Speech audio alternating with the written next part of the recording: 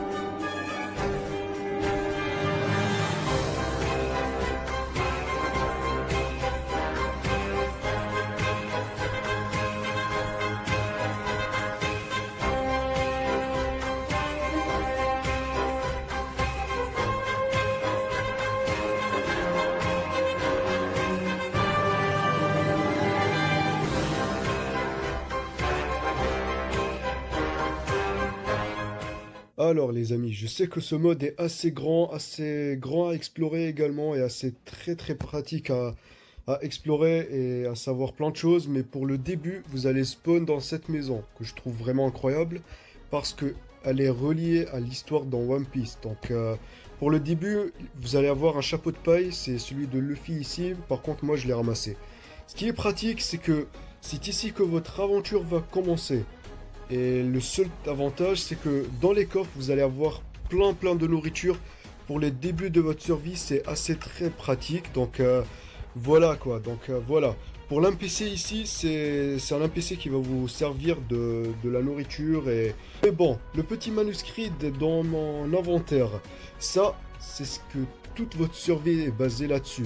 Donc pour votre compétence de fruit du démon, pour le haki, pour l'équipage également pour choisir votre camp. Donc pour ici, vous allez choisir soit pirate et la marine.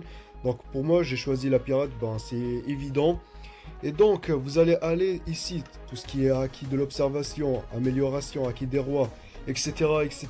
Et pour le dernier et pour la fin, c'est la bounty et les berries, les trucs reliés au mode.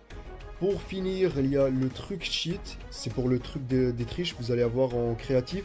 Mais pour les joueurs en survie, c'est toute une autre histoire. Parce que oui, pour vous les joueurs en survie, vous allez devoir vraiment farmer à fond. Que ce soit tuer la marine ou les pirates, peu importe votre camp, ça vous aidera au fil de l'aventure pour améliorer vos compétences de haki et votre compétence de level up et tout ça et tout ça. Donc, voyons voir pour les méthodes d'apprentissage. Supposons que vous trouvez un fruit du démon, mais vous ne voulez pas le manger. Donc, vous allez tuer beaucoup de marines pour obtenir de l'or. Grâce à ça, vous allez trouver une table de craft et grâce à ce craft en particulier, vous allez avoir ce petit résultat, un fruit du démon doré qui vous permettra de booster vos points de vie, vos points de vie et les maximiser à fond. Pour ce qui est des compétences de CP9, ben, il suffit juste de trouver un chef de la marine qui se trouve juste derrière moi, juste ici, qui a l'air assez fort. Donc je vous conseille de monter assez de level pour vous améliorer vos compétences de combat et votre rapidité pour pouvoir le tuer assez facilement. Et quand vous obtenez toutes les compétences du CP9, ben, vous allez avoir ce petit résultat. Si vous arrivez à voir, c'est la compétence ultime de Roblucci qui a utilisé lors du combat avec Luffy. Pour les amateurs des épées et de Zoro également, pour les amateurs des compétences de sabre et de tout ça, vous allez être servi Mais par contre, vous allez avoir une difficulté ultime parce que pour récupérer chacun de ces sabres, bah il va falloir tuer Zoro. Et ça, c'est pas vraiment facile à faire, c'est moi qui vous le dis. Chacun de ces sabres a une compétence en particulier et c'est augmentant vos levels et à chaque fois que vous tuez un NPC que vous allez débloquer des compétences en particulier. Je vais vous laisser tout le lien du créateur de ce monde pour en savoir plus à propos du monde, du mode et tout ce qu'il faut savoir à propos de ça. Mais sur ce, les amis, moi je vous apprends le strict nécessaire à propos du mode. Mais n'hésitez pas aussi de liker et de vous abonner, ça fera toujours plaisir. Alors pour les minerais, vous allez trouver des Kairosiki. Les trucs dans l'animé, vous allez les trouver sous l'eau. Donc c'est assez difficile parce que non seulement il y a des fishmen qui vont vous empêcher, mais aussi la bonne nouvelle c'est que grâce à la méthode que vous pouvez ajouter les membres de l'équipage, vous allez pouvoir ajouter également ces fishmen à rejoindre votre équipage et à vous défendre également. Pour les minerais de Kairoseki, vous allez devoir récolter ces minerais, récolter ces petits fragments également pour ensuite aller à la table de craft, faire ce craft là et avoir les menottes pour ensuite les jeter sur un utilisateur de fruits du démon. Saviez-vous que le fruit de Chopper, le fruit de Hito Itonomi, le modèle de l'humain était inutile quand un humain le mangeait, mais en revanche quand c'était un animal, c'était une autre histoire. Effectivement, dans ce mode, le fruit de Chopper a un vrai potentiel avec les animaux. Mais attention, seulement trois types des animaux. Il y a le saumon, il y a la vache, et il y a la poule. Donc, supposons que vous trouvez Chopper et vous décidez de le tuer. Par chance, vous récupérez son fruit du démon. Mais, par contre, vous ne voulez pas le manger parce que vous êtes en hardcore. Et chaque fruit du démon est important que vous le mangez ou pas. Donc, vous voulez compléter un équipage et vous avez un fruit du démon. Vous trouvez un saumon, vous lui donnez ce fruit. Vous cliquez sur OK et voilà, vous avez un saumon qui a mangé un fruit de l'humain. Le Yoyonomi, pareil pour la vache et tout le tralala. Bah, vous pouvez ensuite lui donner, lui drop plutôt des armures pour améliorer ses compétences de défense et qu'il résiste mieux et ne meurt pas assez vite. La poule aussi, bah, il suffit juste de s'en rapprocher bien, sinon vous risquez de le manger et de perdre le fruit à tout jamais.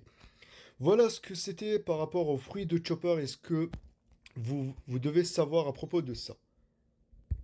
Ah ouais, et petite astuce très rapide, si vous voulez pas que la marine ben, tue vos créatures, ben, votre équipage également, je vous conseille de tuer les chefs de la marine pour ensuite récupérer leur cape.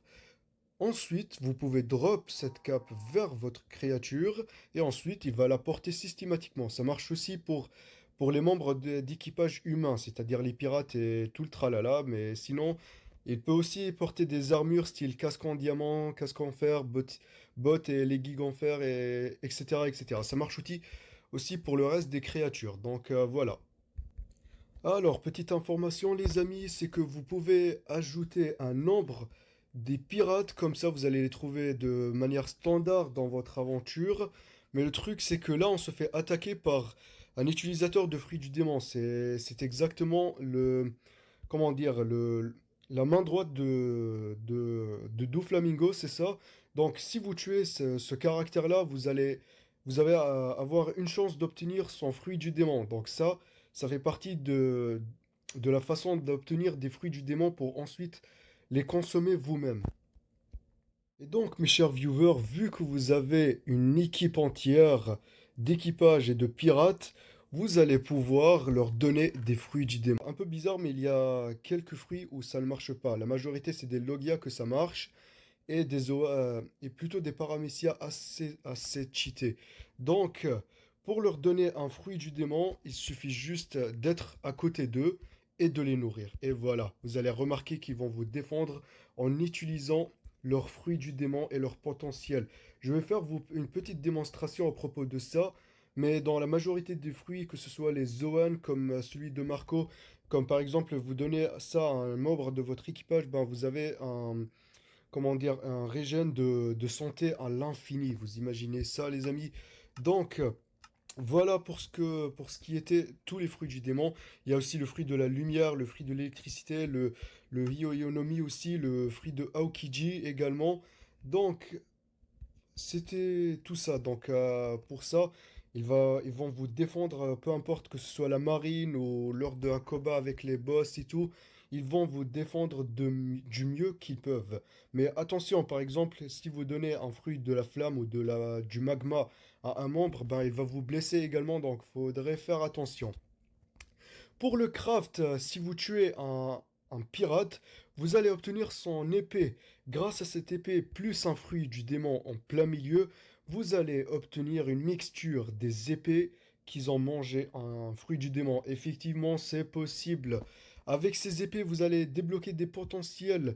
Genre, si vous avez un épée enflammée, vous allez pouvoir utiliser de la flamme. Si vous avez une épée de gravité plus le fruit de la gravité, ben, vous pouvez contrôler la gravité grâce à cette épée. Si vous avez un épée plus le truc de la lumière, ben, vous allez pouvoir utiliser des rayons, etc., etc. Donc, voilà mon équipage. Donc, une équipage assez forte. Par exemple, si je tape un membre de la marine, ils vont tous lui sauter dessus, vous allez voir. Donc déjà, ça, c'est l'effet de la gravité, ça, l'effet du magma et tout. Donc c'est vraiment n'importe quoi. Mais je vous conseille de ne pas mettre un grand nombre d'équipages avec de fruits du démon. Sinon, vous allez vraiment être galère et il faudrait faire attention au final. Et vu qu'ils ont mangé les fruits du démon, par exemple, lui, il a mangé le fruit de la gravité, donc c'est un exemplaire de Fujitora. Il a l'épée qui va avec. Lui qui a mangé le fruit de la lumière, c'est un Logia, on peut plus le toucher à part si on a le Haki. Pareil pour lui, le fruit de Suna Sunanomi, le fruit de Crocodile, bah ils peuvent plus toucher l'eau malheureusement, ils peuvent plus nager, donc s'ils tombent dans l'eau, bah c'est malheureusement la fin pour eux, on peut pas les sauver sauf si on descend avec eux. Et on met un bateau pour qu'ils montent dans le bateau et qu'on les sauve grâce à ça. Et donc, les amis, je sais qu'est-ce que vous êtes en train de vous dire. Si on a découvert tout ce qu'il y a dans le mode et le monde également, pourquoi ne pas s'intéresser enfin aux fruits du démon? Comment on peut les trouver? Comment ça fait l'effet quand on les mange? Comment on devient très très très fort grâce à ces fruits? Restez en la vidéo, je vous explique ça tout de suite. Parfait les amis, supposons que vous êtes dans l'océan, vous tombez sur un navire comme ça, parce que ça spawn complètement aléatoire dans l'océan.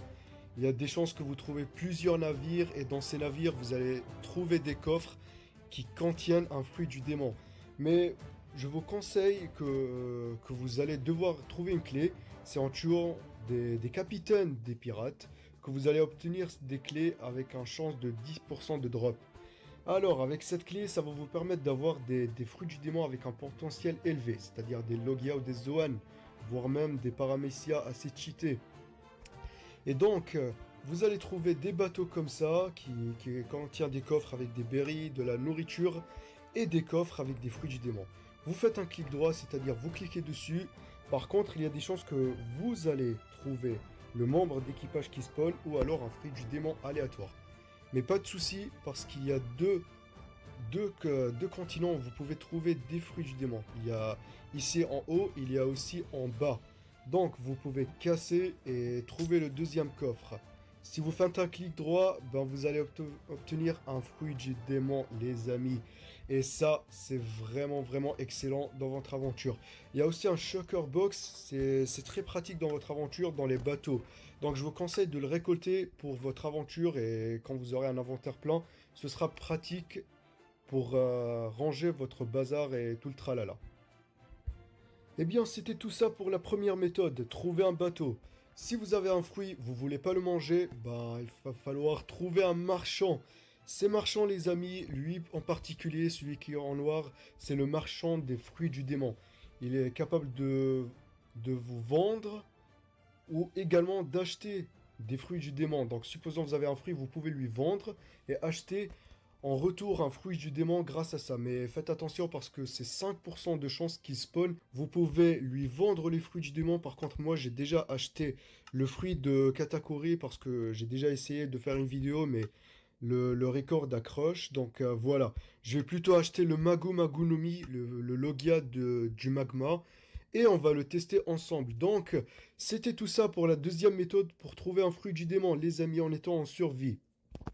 La troisième méthode, c'est que vous allez devoir battre un boss de l'anime, style Fujitora ou Kizaru ou par exemple Doflamingo, voire même Luffy, qui ont une chance de vous drop un fruit du démon et les manuscrits du Haki, de l'amélioration.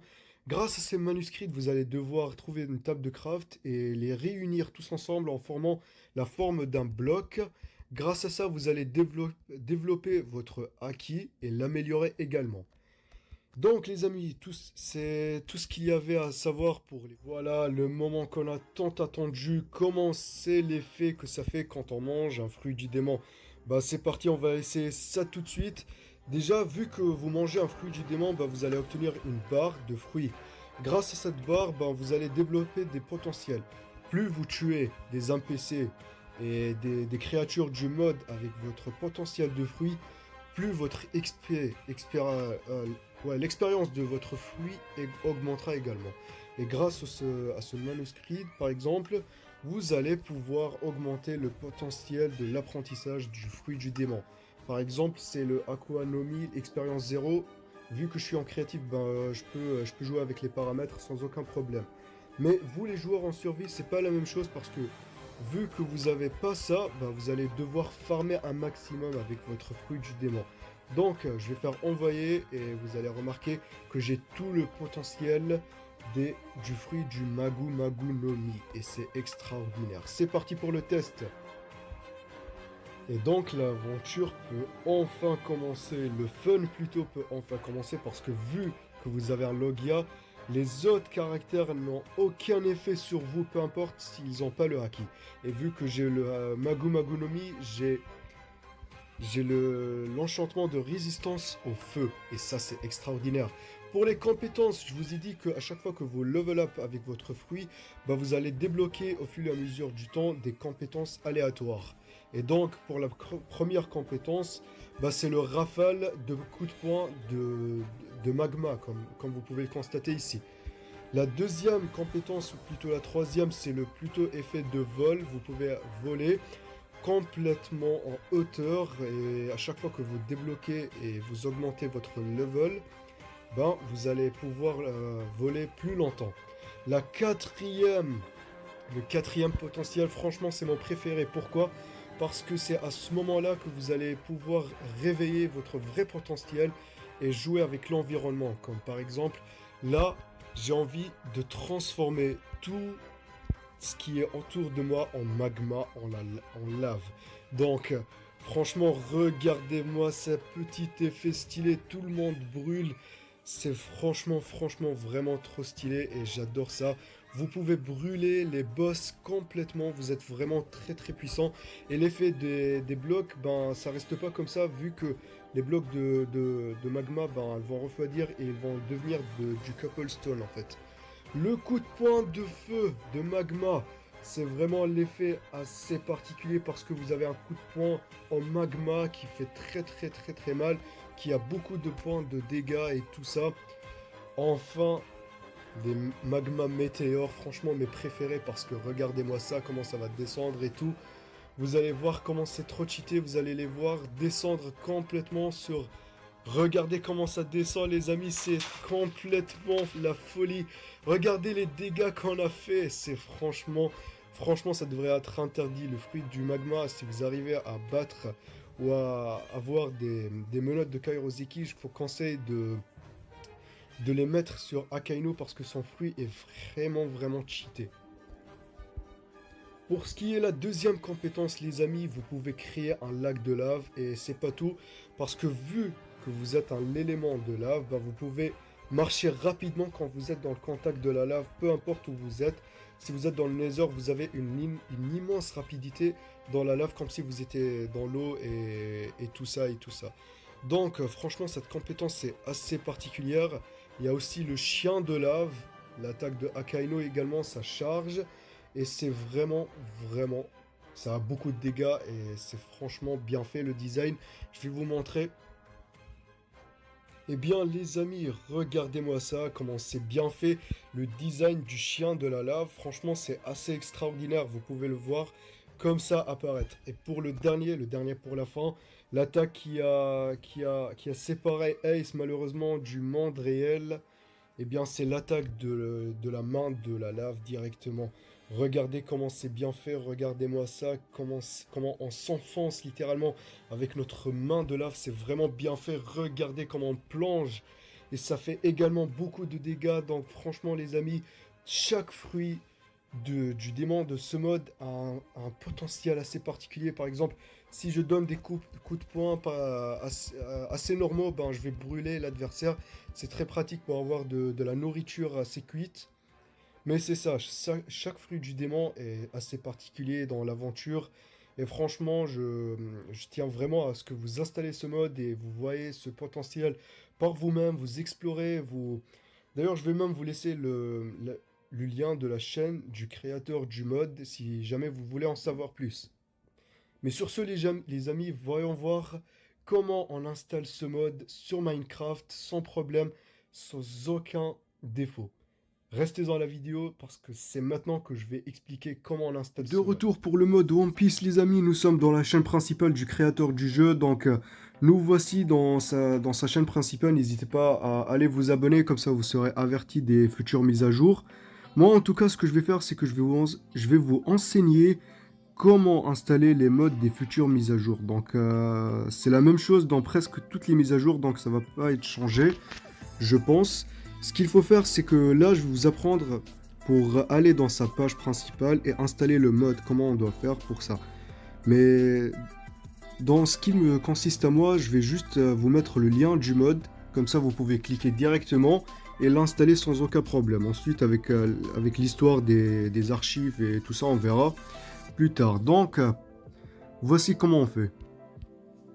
Tout d'abord, on va voir la vidéo et on va directement dans la description, voilà, donc voici les modes, c'est les deux premiers. Donc moi je vais aller cliquer sur le lien pour aller direct à la page, on va traduire comme ça c'est beaucoup mieux. En tout cas ce qu'il faut faire c'est juste descendre jusqu'à ce que vous trouvez un tableau avec le mode. Donc le tableau est juste ici. Voilà la version 56.00 bêta 4. Et voici ce mode, donc on va directement le télécharger. Et là, on va l'installer directement. Ensuite, on verra avec les archives et tout ça. Une fois le modpack installé, on va aller dans l'appli des fichiers. D'ailleurs, je vous recommande fortement celle-ci pour la majorité des mods Minecraft, ainsi que la majorité des documents importants.